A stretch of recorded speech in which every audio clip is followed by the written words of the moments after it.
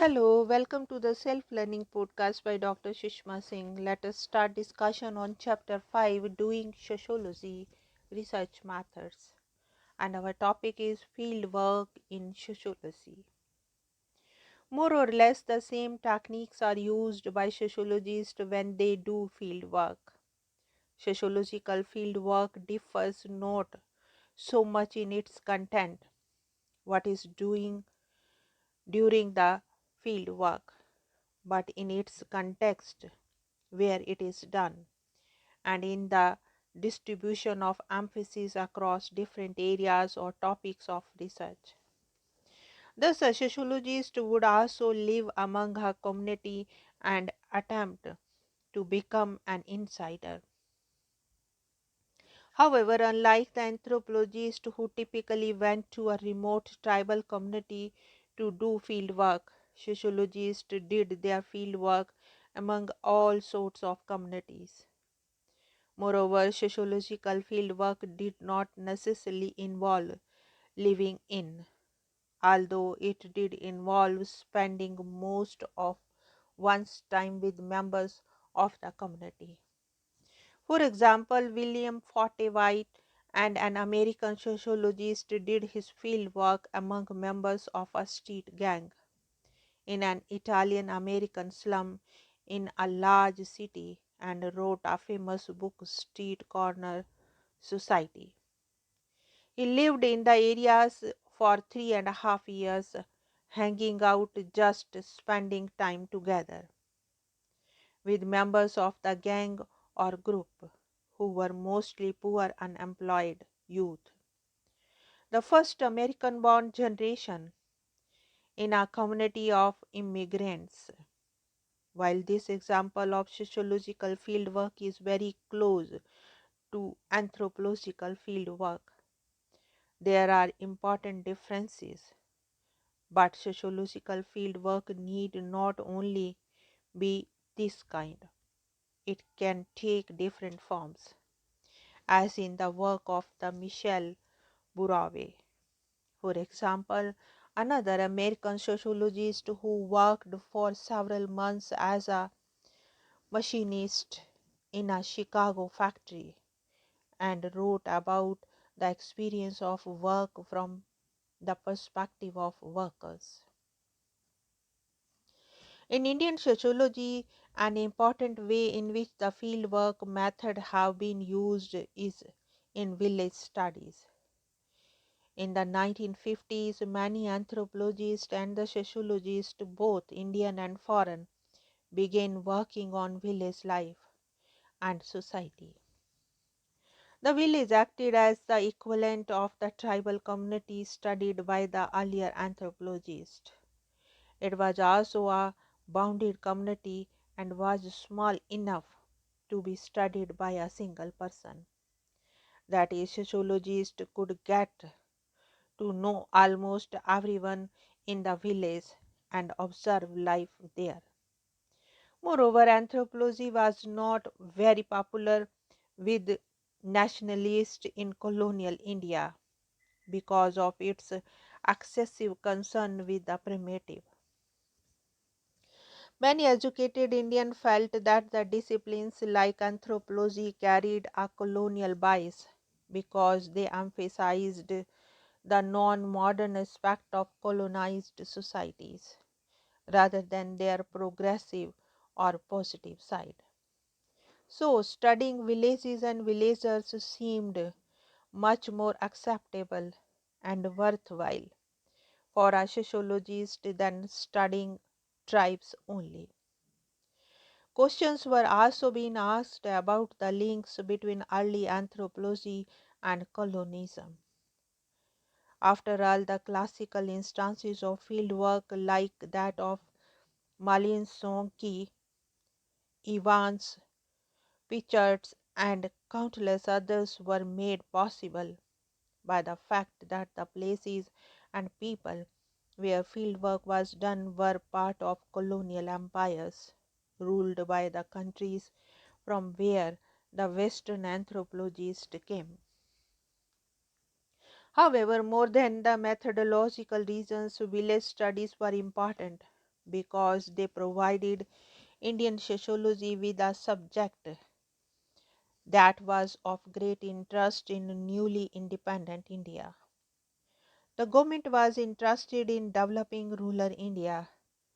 The national movement and especially Mahatma Gandhi had been actively involved in what were called village uplift programs, and even urban educated Indians were very interested in village life because most of them retained some family and recent historical links to villages.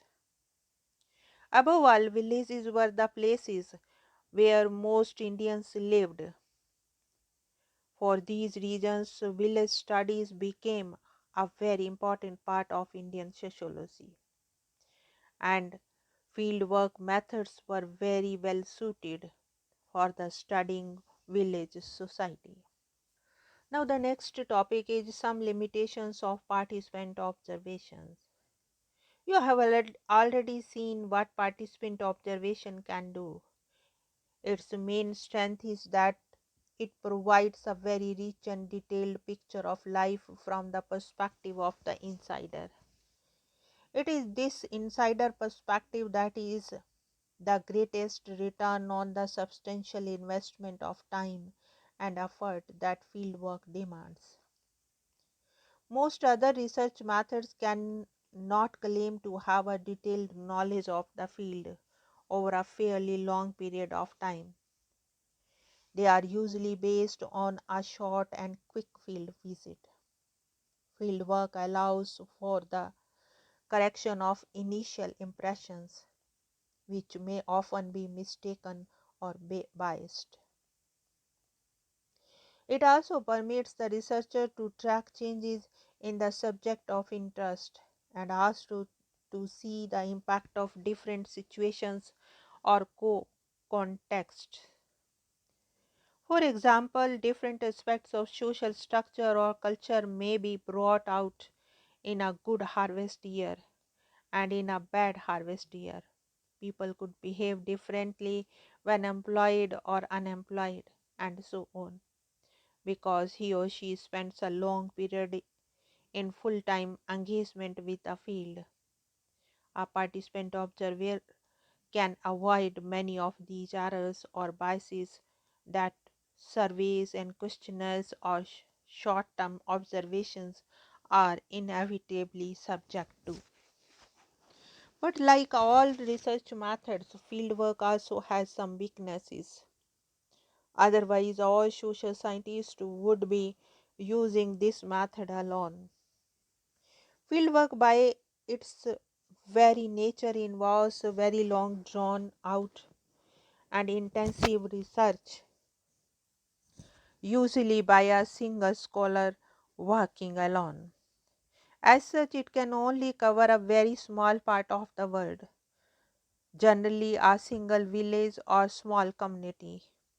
We can never be sure whether what the anthropologist or sociologist observed during the field work is really very common in the larger community, that is, in other villages, region, or in the country, or whether it is exceptional. This is probably the biggest disadvantage of field work.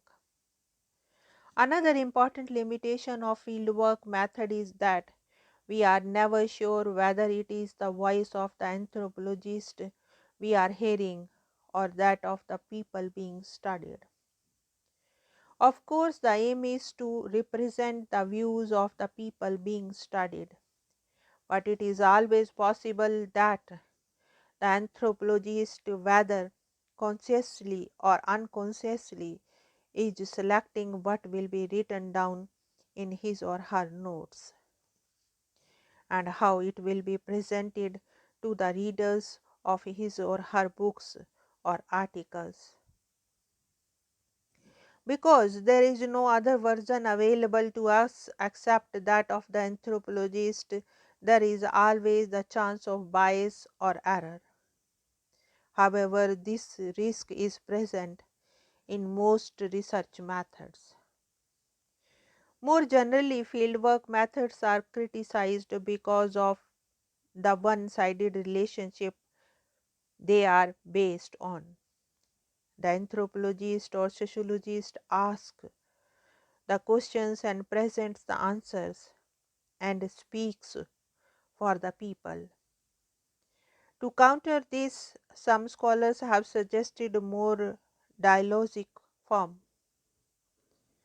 that is, ways of presenting fieldwork results where the respondents and people can be more directly involved. In concrete terms, this involves translating the work of a scholar into language of the community and asking their opinion of it and recording their responses as the social, economic, and political distance or gap between the researcher and the researched becomes less wide. There is a greater and greater chance that the scholar's version will be questioned, qualified, or corrected by the people themselves. This will surely make sociological research more controversial and much more difficult. But in the long run, this can only be a good thing because it will help to take social science forward and make it more democratic, thus allowing many more people to participate in producing and critically engaging with knowledge. Now, let us wind up the session and thank you very much for engaging yourself with the Self Learning Podcast.